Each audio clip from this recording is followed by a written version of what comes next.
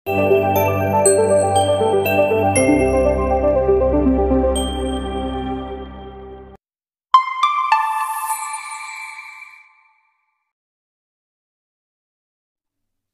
সমস্ত ছাত্রছাত্রী গত বছর পর্যন্ত West Bengal Council of Higher Secondary এডুকেশনের ক্ষেত্রে ক্লাস 11-এ রেজিস্ট্রেশন করেনি কিংবা ক্লাস 11-এর পরীক্ষা দেয়নি বা পরীক্ষায় ফেল করেছে, এই সমস্ত ছাত্রছাত্রীদের জন্য আজকে কাউন্সিলের তরফ থেকে একটি গুরুত্বপূর্ণ নোটিফিকেশন জারি করা হয়েছে।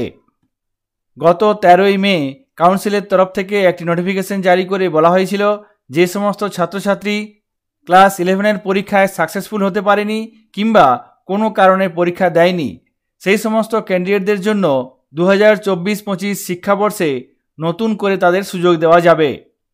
অর্থাৎ গত শিক্ষাবর্ষ পর্যন্ত যারা ক্লাস 11-এর ক্ষেত্রে পরীক্ষা দেয়নি বা পরীক্ষায় ফেল করেছে, সেই সমস্ত পরীক্ষার্থীরা 2024-25 শিক্ষাবর্ষে নতুন সেমিস্টার পদ্ধতিতে পড়ার সুযোগ পাবে। তবে এক্ষেত্রে বলা হয়েছিল ক্লাস 11-এর রেজিস্ট্রেশন সারেন্ডার করতে হবে, কাউন্সিলের নির্দিষ্ট অফিসে গিয়ে সারেন্ডার করতে হবে। এখানে দেখুন 13ই মে নোটিফিকেশনের ভিত্তিতে মডিফিকেশন হিসাবে এখানে দেওয়া হয়েছে যে সমস্ত ছাত্রছাত্রী ক্লাস 11-এর পরীক্ষায় উত্তীর্ণ হতে পারেনি বা পরীক্ষা দিতে পারেনি, সেই সমস্ত ছাত্রছাত্রীরা নতুন করে সেমিস্টার পদ্ধতিতে পড়ার সুযোগ পাবে। এক্ষেত্রে দেখুন নতুন করে বলা হয়েছে the existing registrations of those students have already been cancelled from the end of the council. অর্থাৎ এখানে বলা হয়েছে যে সমস্ত ছাত্রছাত্রী একাদশের পরীক্ষায় উত্তীর্ণ হতে পারেনি কিংবা পরীক্ষা দিতে পারেনি, সেই সমস্ত ছাত্রছাত্রীদের রেজিস্ট্রেশন কাউন্সিলের তরফ থেকে ক্যান্সেল করা হয়েছে। এই রেজিস্ট্রেশন ক্যান্সেল করার জন্য কাউন্সিলের রিজিওনাল অফিসে আর যেতে হবে না, কাউন্সিলের তরফ থেকে অটোমেটিক্যালি এটা ক্যান্সেল করা হয়েছে। তারপর এখানে বলা হয়েছে so the schools need not to come to the council for surrendering the registration certificates of those students, rather the school should retain the cancel registration certificate with them. এখানে বলা হয়েছে সেই সমস্ত ছাত্রছাত্রীদের রেজিস্ট্রেশন ক্যান্সেল করার জন্য কাউন্সিলের অফিসে আসতে হবে না, তার পরিবর্তে সেই ক্যান্সেল রেজিস্ট্রেশনগুলি বিদ্যালয়ে তারা রেখে দেবেন। যে সমস্ত পরীক্ষার্থী 2023-24 শিক্ষাবর্ষ পর্যন্ত ক্লাস 11-এর পরীক্ষায় উত্তীর্ণ হতে পারেনি কিংবা পরীক্ষা দিতে পারেনি, তারা সেমিস্টার পদ্ধতিতে পড়ার সুযোগ পাবে, সেই সঙ্গে সারেন্ডার করার জন্য কাউন্সিলের অফিসে আর যেতে হবে না। সেই সমস্ত রেজিস্ট্রেশন কাউন্সিলের তরফ থেকে ক্যান্সেল করা হয়েছে। এই ক্যান্সেল রেজিস্ট্রেশন সার্টিফিকেটগুলি বিদ্যালয়ে জমা রাখতে হবে। তারপর এখানে আরও বলা হয়েছে এই সমস্ত ছাত্রছাত্রীদের রেজিস্ট্রেশন করার জন্য কাউন্সিলের যে নির্দিষ্ট পোর্টাল আছে সেই পোর্টালে গিয়ে নির্দিষ্ট একটি ট্যাবের মাধ্যমে রেজিস্ট্রেশন করতে হবে। কাউন্সিলের এই পোর্টালে নতুন একটি ট্যাব ইন্ট্রোডিউস করা হয়েছে, সেই ট্যাবটি হলো রেজিস্ট্রেশন ট্যাব। চলুন দেখে নিই কাউন্সিলের এই পোর্টালে কিভাবে এটি কাজ করছে। এখানে আমি নির্দিষ্ট ইউজার আইডি, পাসওয়ার্ড এবং ক্যাপচা কোড ব্যবহার করে কাউন্সিলের পোর্টাল ওপেন করে নিয়েছি। তারপর এখানে বাঁ দিকে যে অপশানসগুলি আছে সেই অপশানগুলি থেকে ফর্মস অপশানে ক্লিক করব।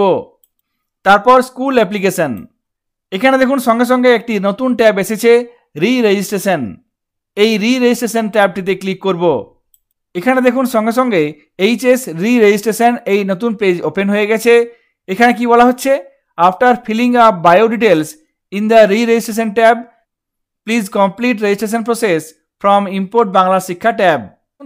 তারপর নিচে এখানে দেখুন সার্চ বাই রেজিস্ট্রেশন নাম্বার, যে ছাত্রছাত্রী গত বছর পর্যন্ত পরীক্ষা দেয়নি বা পরীক্ষায় ফেল করেছে তার রেজিস্ট্রেশন নাম্বারটি এখানে লিখতে হবে।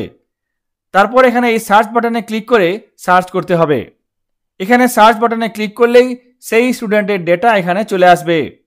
তারপরে সেই ফর্মটি ফিল আপ করতে হবে এবং সাবমিট করতে হবে। তারপর এখানে ইম্পোর্ট বাংলা শিক্ষা ডেটা এই অপশনটিতে ক্লিক করে তাকে ইম্পোর্ট করতে হবে এবং রেজিস্ট্রেশন প্রসেসটি কমপ্লিট করতে হবে। এখানে আমি একটি রেজিস্ট্রেশন নাম্বার লিখলাম, তারপর এখানে সার্চ বাটনে ক্লিক করব। সঙ্গে সঙ্গে দেখুন এখানে সেই স্টুডেন্টের ডিটেলস চলে এসেছে। এখানে ইনস্টিটিউশন কোড, নেম, জেন্ডার এবং প্রিভিয়াস রেজিস্ট্রেশন নাম্বার। এই রেজিস্ট্রেশনগুলি কাউন্সিলের তরফ থেকে ক্যান্সেল করা হয়েছে, সেই জন্য নতুন করে আবার সেমিস্টার পদ্ধতিতে পড়ার ক্ষেত্রে রেজিস্ট্রেশন করতে হবে। এখানে দেখুন অ্যাকশনের ঘরে এডিট বায়ো আছে, এই এডিট বায়ো অপশানে ক্লিক করে এডিট করতে হবে। সঙ্গে সঙ্গে একটি রেজিস্ট্রেশন ফর্ম খুলে যাবে। এই রেজিস্ট্রেশন ফর্মে যেগুলি লেখা নেই সেগুলি ফিল আপ করতে হবে। এখানে দেখুন অনেক তথ্য লেখা নেই, এই তথ্যগুলো ফিল আপ করতে হবে বা সিলেক্ট করতে হবে।